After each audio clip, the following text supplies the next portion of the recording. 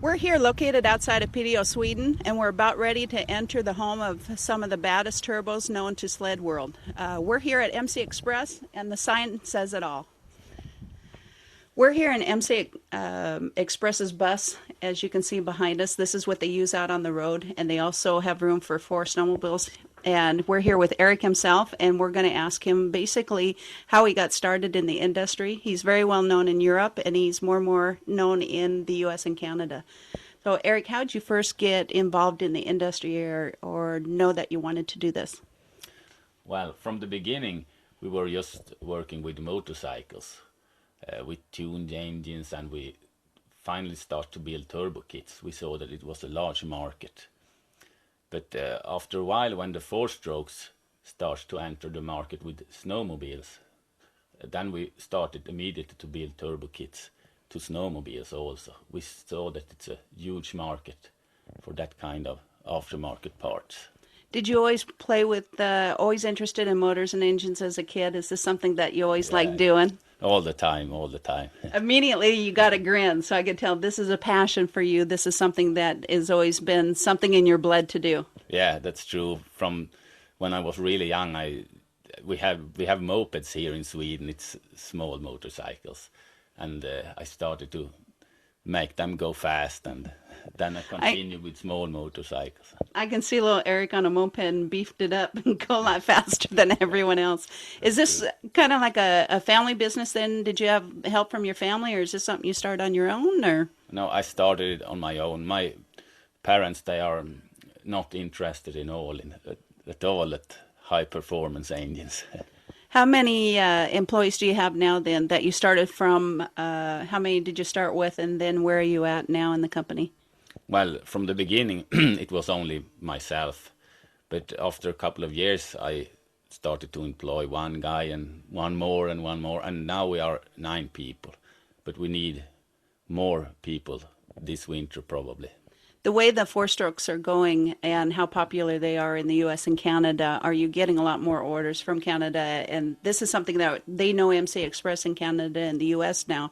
So obviously your name has spread quite a bit. What's your outlook for the market for U.S. and Canada? Well, it's growing all the time. We're getting more and more orders, especially from U.S. and Canada, I would like to say. And it's the snowmobile business that's growing fastest. Are you surprised by how much growth that's happening in your company? And are you ready for that much more? Being 4-strokes are coming out on the market, and with the new codes that we have in the U.S. by 2006, the 4-strokes, are you ready for the market and the way it looks as far as the growth on there? Well, we are not surprised that it's growing this fast, but we hope to be able to build as many as the customer wants, but that has been maybe the problem. We haven't been able to build as many turbo kits as the market demands. So we're looking at probably an add-on and more employees here in the future? Yeah, that's what we hope for. That's always a good thing in the industry and market, and it's obviously you have a very good name out there too. So this is something that I know a lot of viewers, they like speed and they like the sound of it, let alone something like this. So my guess is we're going to see a lot more McXpresses on the sleds in the U.S. and in Canada. What would you like to see for the future too? Yeah, of course we would like to sell more, and we try to improve the products all the time. And now you also have a world record bike that was out at the Salt Flats in Utah, is it? Yeah, that's true. Tell me about that a little bit. Well, it's a 750 that we sponsored, a guy from the north of Sweden. And he managed to set, I think he has got 4 records in flying kilometer and flying mile, and they call it different things. Did you go out there for that then, or did you do a lot of the work here, and did you get a chance to go with there and watch the world record being made with that? Yeah, I have seen one world record. We went there last autumn and watched when he managed to take 1 record. Do you have world records more than that under your belt then that's come out of your shop? Oh yeah, we have got a lot of customers that has managed to set world records. It's mostly with motorcycles. They have all kind of speed records. It's mostly speed. When you need a lot of power, then our engines seems to be popular. So did you give up tracking how many world records that they're under you guys' belt out at MC Express, or do you keep track of those? I don't track them really because they're changing all the time, but probably just below 10, 8 or 9 or something for the moment, I think. Not bad for a company you own. That's got to give you a lot of pride to have. Yeah, that's true. Thanks. Is there one record that stands out for you as far as coming out of MC Express? Yes, we have got one world record in Dino Shootout. They have a very famous Dino Shootout competition down in Florida every year. And this year, a guy in Montana that we have helped with his engine managed to get 701 horsepower from his Suzuki Hayabusa. And it's a gasoline engine with turbo. That's got to have been fun to watch that and be a part of that. Oh yeah, the last record was 514 horsepower, so it was rather much stronger, this one that we made. Well, I know I'm excited to look through MC Express and let's see some of the toys they have in there. We appreciate you allowing us to come in and let's go see some toys. Yeah, you're welcome. Thank you. Alf, I understand that here at MC Express, your turbo is a little bit different from most snowmobile shops. Could you tell us a little bit about yours? The turbo kit itself is quite different in many aspects. And now we stand with the dyno, and we always used, when we test the snowmobile, we used the Superflow SF901 dyno that originally designed to test car engines, big car engines. So we have to make some tools to test snowmobile engines. So we have a special made shaft to adapt to the snowmobile engine, and here we have a rubber coupling that connects the crankshaft from the snowmobile to the dyno turbine.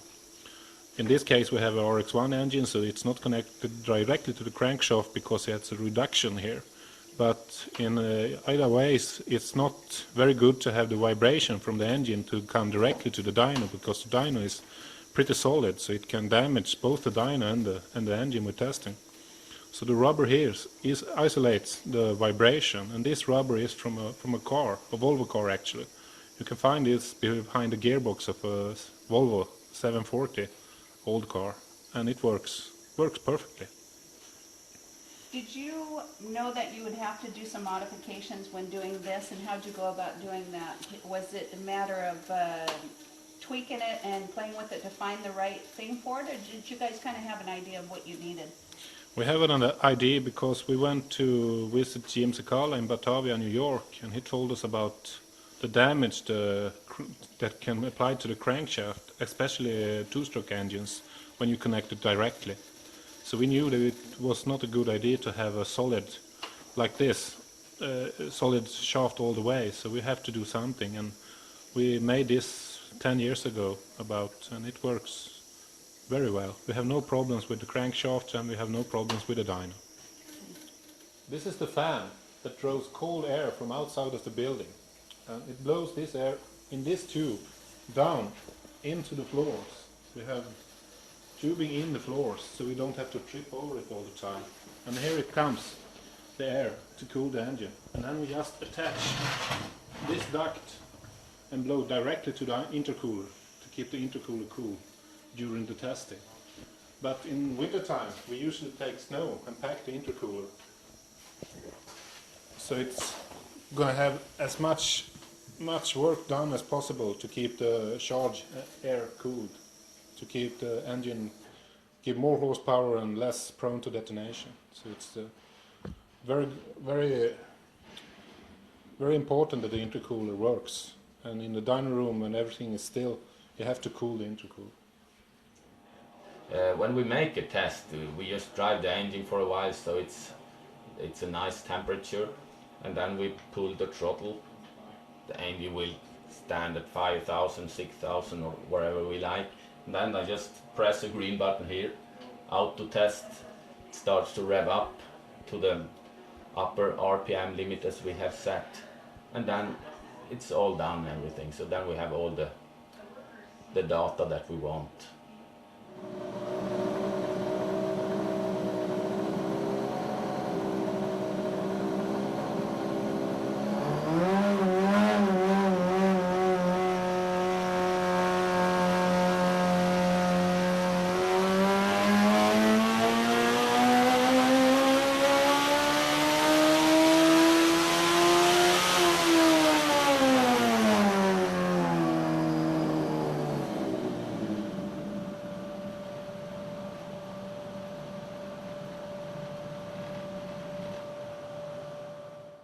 Okay, Eric, it looks like you have a lot of toys here that just breathes power. Could you tell me a little bit about what we have in front of us here? Yes, we have a couple of different sizes of turbochargers. We are using them for all kind of applications. Okay, and this one looks like the baby. Yeah, this is the small one that we got. We use it on the Arctic Cat turbo kits that we produce. So we have sold a lot of these in Europe, this turbo kit. Now, I noticed in the U.S. on something like this, we're not as familiar. What kind of cat does this go on? And it's more sold in Europe versus U.S. and Canada? Yes, we have sold to the Arctic Cat Bear Cat. It's a wide track snowmobile that's very popular here. We have sold it to the Alp countries in Switzerland and Norway. We have sold a lot, and also here in Sweden and Finland and Russia. Okay, and this one here, what do we have here? Well, here is my favorite turbo. It's the Mitsubishi turbocharger that we put on the new Apex, for example, and the RX-1. And it's working really great, this turbo. Now, Apex has been very popular in the U.S. Many people that are players friendly, Arctic Cat, they're now starting to buy Apexes. Have you noticed orders have been picking up since then? Yeah, really. We have a lot of orders already on the new Apex. And it will be the best-selling turbo kit for us this season. We have seen that already. So for all you guys that have Apexes coming. Here is the heart. Okay, and what do we have here then? This is if you want even more performance from your RX-1 or Apex. Then we have installed this Triple K turbo, special made for us. You can get up to 400 horsepower from this turbo. And what does this go on again? I'm sorry. Well, we put it on some snowmobiles that's more performance than the normal ones that we make. But we put it on the Suzuki Hayabusa also, this turbo. Okay, and this one, it looks like we're climbing here. Yeah, it's getting bigger and bigger Yes. all the time.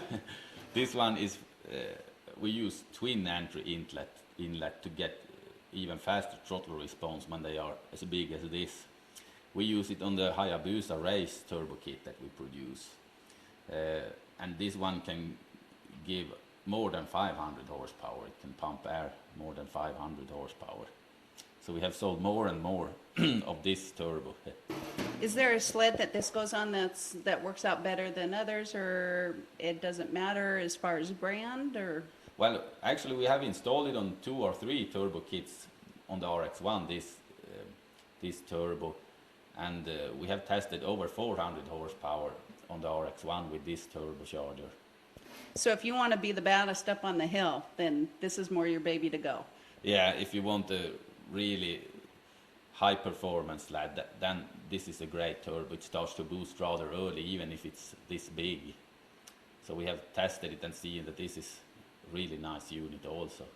Do you sell more of, what do you sell the most of versus something more like this is typical for your average buyer for an Apex versus something like this, or?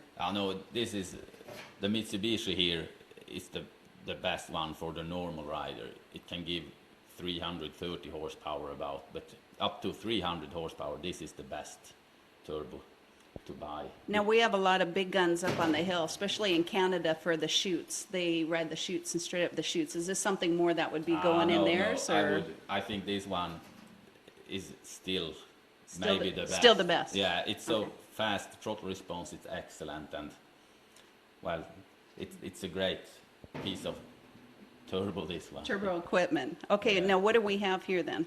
Well, this is for motorcycles. It's huge. It can give 600-700 horsepower. We have built an Hayabusa with more than 700 horsepower, and this will be about the same performance. So something that big on a motorcycle, basically you duct tape your hand to the throttle and you Velcro your rear and off you go then. Yeah, it's almost impossible to drive it, but they use it for dyno shootouts, especially in the United States and Great Britain. We have built a Hayabusa that's got the world record now, that's over 700 horsepower. They used to do this dyno shootout down in Florida every year.